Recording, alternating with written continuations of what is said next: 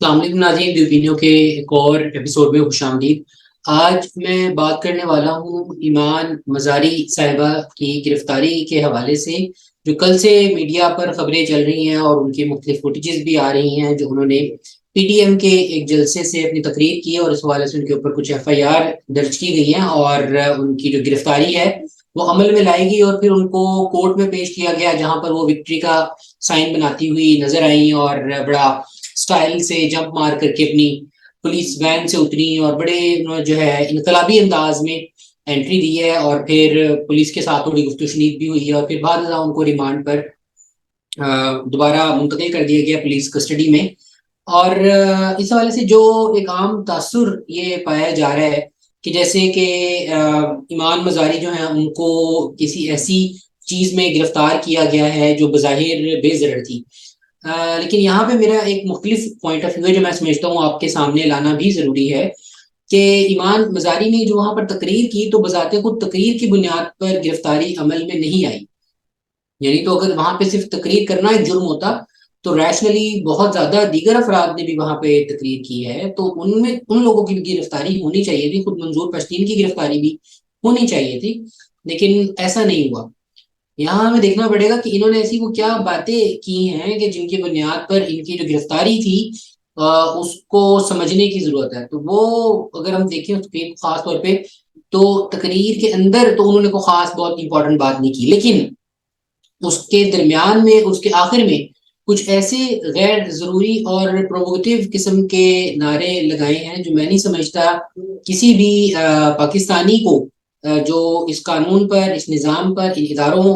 پر اعتماد رکھتا ہے، اس ملک پر اعتماد رکھتا ہے، اس کو اس انداز میں کھڑے ہو کر کے لوگوں کو اشتعال دلانے کی اور اس قسم کے نعرے، جن کو میں سیاسی نعرہ نہیں سمجھتا، لگانے کی ضرورت ہے۔ تو بنیادی طور پر وہاں پر جو ایمان مزاری صاحبہ تھیں انہوں نے وہ نعرے وہاں پر لگائے، یعنی وہ فوج کے خلاف نعرے بازی کرتی رہی اور اس طرح کے نعرے لگائے جو مطلب جو پاکستان کے دشمنوں نے ایک طرح سے مشہور کیے ہیں، اور جن نعروں کے اندر ہم نہیں سمجھتے کہ کوئی حقیقت ہے۔ آپ اگر تنقید کرنا چاہتے ہیں میرٹس پر تنقید کریں، آپ کو اگر غصہ ہے، آپ اگر کوئی کمپلین کا اظہار کرنا چاہتے ہیں تو اس کے لیے بھی ادارے موجود ہیں، آپ خود ایک وکیل ہیں، اپنے آپ کو وکیل سمجھتی ہیں تو یقیناً آپ کے لیے بہت سے وینیوز موجود ہیں، اور آپ تو جس طبقہ عمرہ اور اشرافیہ سے تعلق رکھتے ہیں آپ کی بات سننے، اس کو آگے پہنچانے اور اس پر عمل کرنے والے بہت زیادہ لوگ ہیں اور بہت ایفیشینٹ ہیں، جو آپ کی چیزوں کو ہائی لائٹ بھی کریں گے، آپ کی خبریں بھی لگائیں گے۔ تو ایمان مزاری صاحبہ مجھے نہیں پتا کہ وہ کس سطح کی وکیل ہیں، ان کا ایک لیگل پروفیشن ہے، اس کا بھی آغاز ہے، لیکن اس ابتدا کے اندر اپنے کیریئر میں ایک مخصوص انداز میں انہوں نے جو تقریر کی ہے، میں سمجھتا ہوں یہ سوچی سمجھی تقریر تھی، یہ کوئی ایسی تقریر نہیں تھی کہ انہوں نے جذبات میں آ کر بس ایک وہاں پر بات کر دی اور اس کے ان کو کانسیکوینسز کا اندازہ نہیں تھا۔ یہ بہت کیلکولیٹڈ تقریر تھی، انہوں نے جان بوجھ کر یہ تقریر کی ہے اور وہ اسی طرح سے یہ بات سامنے لانا چاہتی تھی،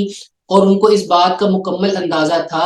کہ یہ نعرے لگانے کے بعد ان کی گرفتاری بھی عمل میں آئے گی، اور وہ اس چیز کو بھی سمجھتی تھی کہ گرفتاری عمل میں آنے کے بعد انہوں نے کس انداز میں اس کو میڈیا میں پیش کرنا ہے، اور اس کے ان کو بعد ازاں کس قسم کے بحیثیت ایک سو کالڈ ایکٹیوسٹ جو اپنی پہچان یا ایک تعارف کرواتی ہیں، تو میرے خیال میں اس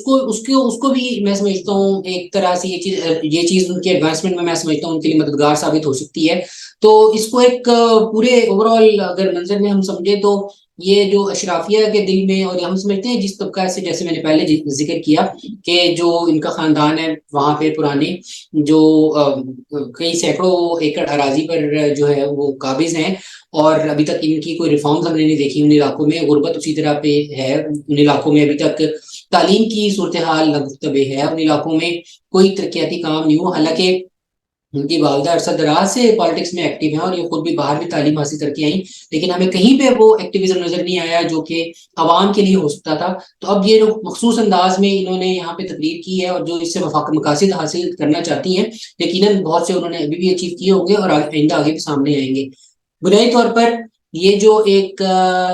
تناظر بنتا نظر آ رہا ہے کہ جیسے کہ بہت انقلابی خاتون ہے، یہ کوئی چے گویرا طرز کی قسم کی کوئی تحریک چلانے والی ہے، میں اسے اتفاق نہیں کر پاؤں گا۔ میرے خیال میں جو انقلابی لوگ ہوتے ہیں وہ عوام میں سے ہوتے ہیں، اشرافیہ میں سے انقلابی اٹھتے ہمیں تاریخ میں تو نظر نہیں آئے، بلکہ انقلاب آتا ہی اشرافیہ کے خلاف ہے۔ اشرافیہ کی منمانی کے خلاف ہے، چاہے وہ اشرافیہ ہمارے جاگیردار طبقے سے ہو جیسے شیریں مزاری صاحبہ اور ان کی صاحبزادی ایمان مزاری صاحبہ ہیں، چاہے وہ ہمارے سیاستدان طبقے سے ہو، چاہے وہ ہماری اسٹیبلشمنٹ سے ہو، یا دیگر جو مراعات یافتہ طبقات ہیں ان میں سے ہو، تو بنیاد طور پر انقلاب ان کے خلاف لایا جاتا ہے، جو کہ عام عوام جو ہے، غریب عوام جو ہے، وہ مظلوم عوام جو ہے، وہ اپنے حق کی آواز بلند کرتے ہوئے پروٹیسٹ کی صورت میں معاشروں میں انقلاب کی تحریکیں برپا کرتے ہیں۔ اشرافیہ انقلاب نہیں لاتی، اشرافیہ نعروں تحریکوں کی صورت میں مراعات ضرور سمیٹتی ہے۔ تو ضرور بتائیے گا یہ اوپینین آپ کو کیسی لگی۔ آج کے لیے بس اتنا ہی، اللہ نے کے بعد